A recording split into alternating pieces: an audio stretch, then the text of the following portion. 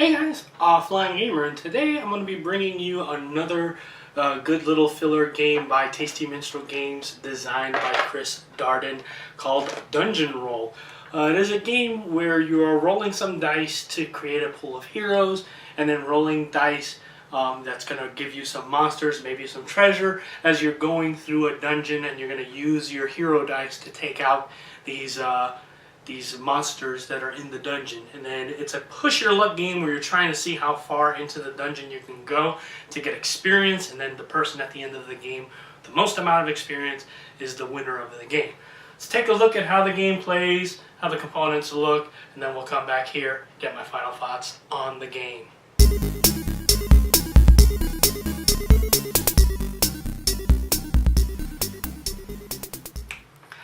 Alrighty guys, here you have a two-player game of Dungeon Roll set up.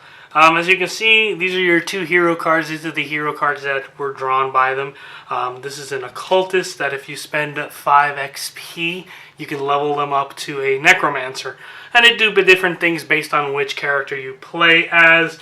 When you look at the actual game itself, it does have several different heroes that you can play, and each one plays differently based on what you choose.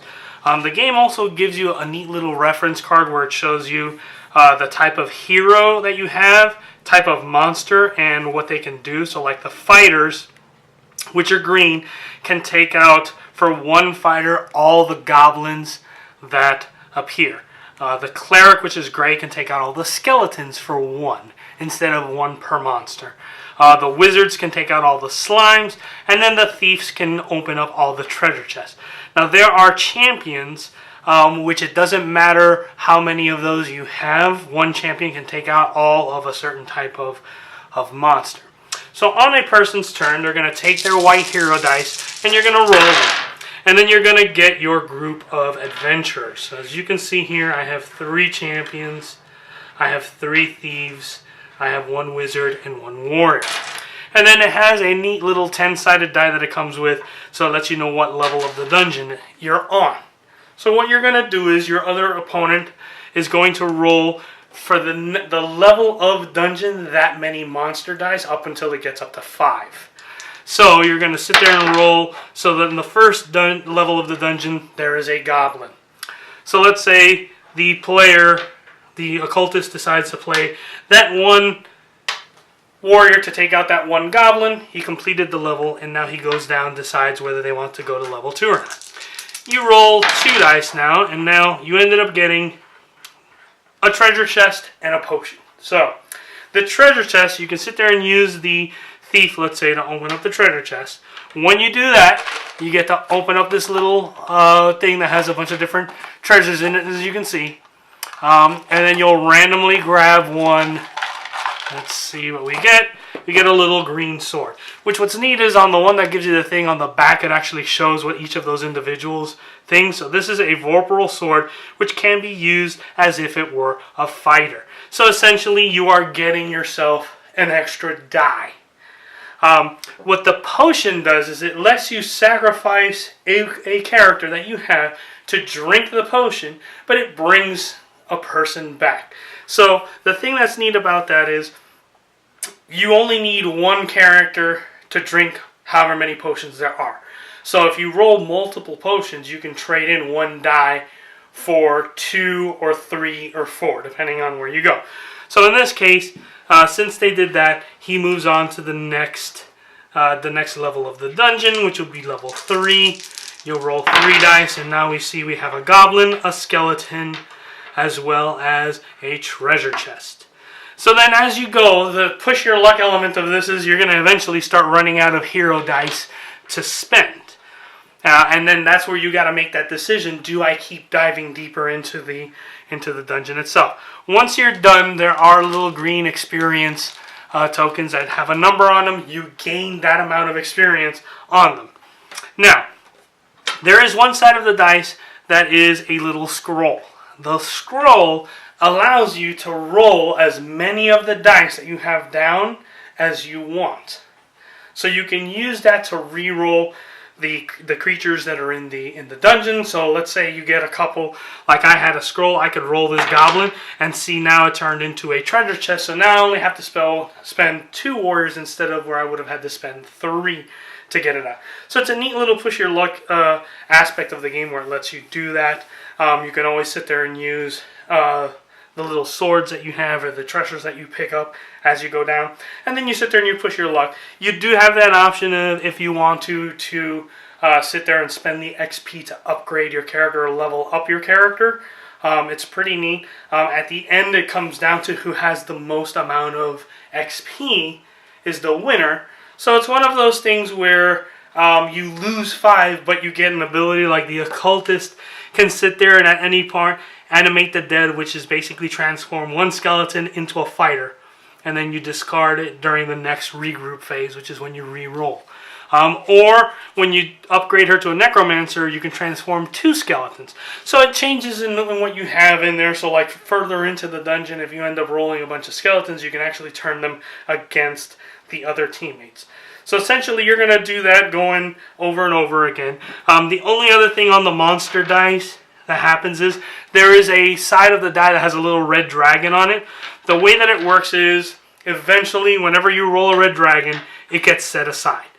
Once 3 red dragons are rolled, the adventurers go into the dungeon where there is the dragon. So what happens is, to be able to defeat the dragon, you need to use 3 different warriors to be able to fight. So in this case, I could use a champion, a wizard, and a thief. I can eliminate the dragon, and I can keep going into the dungeon. You do gain an experience point for killing the dragon, as well as a treasure. So it is one of those things where it may be viable to do that. You also have one of the treasures is like a little piece of meat, which actually will turn all the monsters into dragon dice. Now you can do that because there are treasures as well that let you skip a dragon in case you get it. Of course, if you skip the dragon, you do not get any of the treasure or the experience that you get for killing it. And basically players will go back and forth until you do 3 runs into the dungeon. Once you do that, you tally up all the experience points, and the person with the most experience is your winner. And there you have Dungeon Roll from Tasty Minstrel Games. Well, what can I say about it? Component-wise, I like the quality of the dice that they use in this game. It's really neat, like really nice design, really well done. The hero cards are kind of cool. I like the fact that you can sit there and choose either not to spend the experience points to level up your character or not. It does help out somewhat, and I mean it does help out in that push your luck type of thing. I like the fact that if you look at it, it can be where everybody plays, where the different other players, while they're waiting for their turn, are rolling the monster dice, and then the hero has to choose.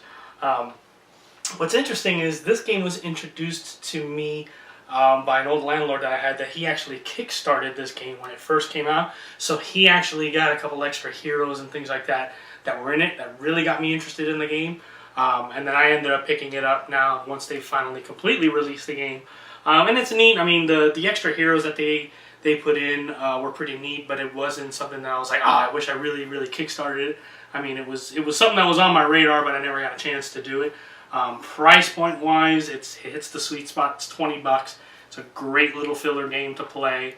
I like the fact that the little boxes actually looks like a little treasure chest, and what's really neat that I've seen with it is you can actually put all the treasure into the little treasure chest, and then that way when you're playing and you're like, oh, I opened up a treasure chest, you can actually like open the little treasure chest and reach inside and grab something randomly out of it. So I thought that was like really like great design on the box. The artwork's really great.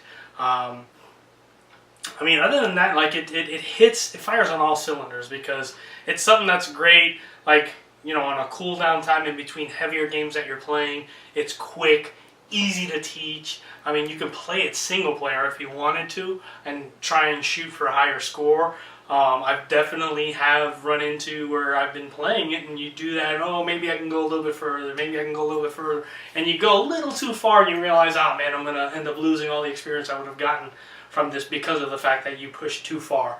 I mean, it's for me so far. I mean, I've got to say, I've done a review for a couple of the other Tasty Minstrel games, and I've got to say, like, the games that these guys are picking to put out are really like top-notch games. They're really well made, really well designed. I mean, these guys really do their research before they say, "Yep, we're going to put it out for you guys." And I mean, if you look at it just recently, I mean, I did a review for Harbor, which was really great. I have on my shelf Belfort, which is another game that they've released that you guys will see the review for it. I mean, they've come out with Aquasphere. They came out with Skullville. I mean, there's a bunch of games that they're putting out that this company is really like hitting it on all cylinders. Really like the game. I would give this like a 9 out of 10, just because it is a great filler. I mean, it doesn't look like it won't get stale because it changes every time you play. It's not the same game. And I like the fact that I've seen that they are releasing hero packs that you can purchase separately as like little mini expansions for the game, so you can get new heroes that you can keep playing the game. And from what I've seen, they're really priced like really well. It's like $3 or so, $2-3, and you get 7 heroes or something like that. So I mean, it's really great how they're really putting more stuff into this actual game itself. Because a lot of the times you will see games that they'll release like a little short filler game and then it never gets seen again. And it's a shame because there's a lot of them that are out there that they really need like a little extra love and stuff like that to come out with expansions and stuff. But if the game itself interests you, I would definitely go out and pick yourself up a copy. It is really fun to play. I enjoy it. My wife enjoys it. It's definitely something that we'll have in our collection. That is Dungeon Roll by Tasty Minstrel Games. And as I always say, guys, get out there and game. Take care.